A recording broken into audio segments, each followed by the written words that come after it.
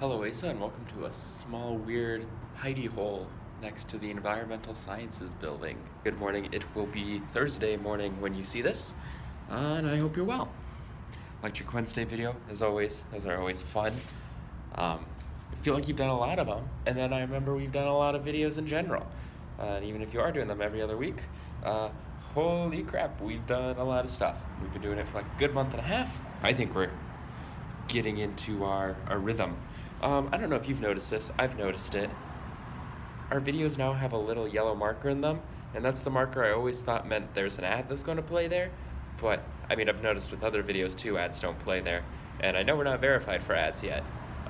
So it's just weird. I was curious, you're smarter with the internet. I was curious if you know what those yellow ticks mean, and if you could enlighten me. That's gonna be cooler.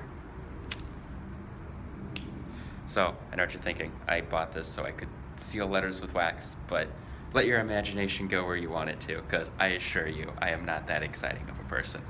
But anyway, I wanted to talk about lighters because they're cool. Look at it this way. Humans for a long time knew nothing about fire. I'm using this road. For the longest time, we knew nothing about fire, like at all. Like, it would happen, right? And then, like a dog or any other animal, we would run away from it because fire hurts and kills you. And then at some point, we learned how to kind of domesticate it, but we couldn't make it ourselves. So you'd imagine there'd be like a forest fire or lightning would strike. These cavemen would be like, we gotta protect it, we gotta preserve it. They'd take the fire and like a burning stick, and they'd start their own pile of sticks on fire, and then they keep feeding it sticks, and if they let it die, they're out of fire.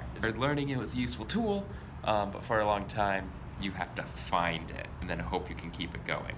And then eventually figure out how to start a fire, so maybe, I don't know, rubbing sticks, or you think of like a flint and steel, or you just need to cause sparks. And then it's almost like we figured out how to make fire, not just keep it, not just use it for our own devices, but also learn how to generate enough heat to light sticks on fire. And then you think about how much we started learning new things with fire, like smaller, efficient ways to light it, right? So it went to be from like, we could collect and preserve for a little bit a wooden fire, to we could start a wooden fire, and then all of a sudden we find out other things, like figure out how can we light it, how can we light it more efficiently, how can we burn things that burn in different ways, different temperatures, how can we get coal, right? How can we then pump air into the coal to get it to burn hotter so we can melt metals? And the thing about fires is it's usually seen as like a once-off invention, right? Like, it was a big invention. It's always talked about the discovery of fire, but it's never really talked about the advancement of fire. It's always, we magically have fire. But when you think about it step by step, it follows the same exponential curve that technology overall and most technologies by themselves follow, where, it starts like nothing, and then we find out a little bit of it, and then we learn a little bit more, and then we figure out, oh, if we do this, it burns hotter, we can do this with it, we can burn this thing. And it's really interesting to think about fire isn't just an old technology, but it's something that's improved over time. And then you think, I now have a thing that fits in my pocket and can start what at one point had to be captured from lightning and kept alive with twigs. And now I can start it whenever I want.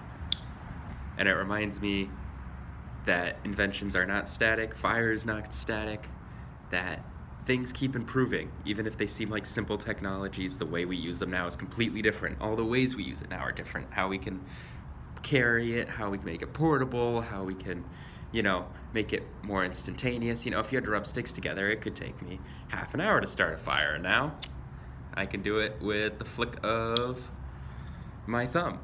And I think it's really cool. Anyways, that is Levi's weird philosophical thought for the day.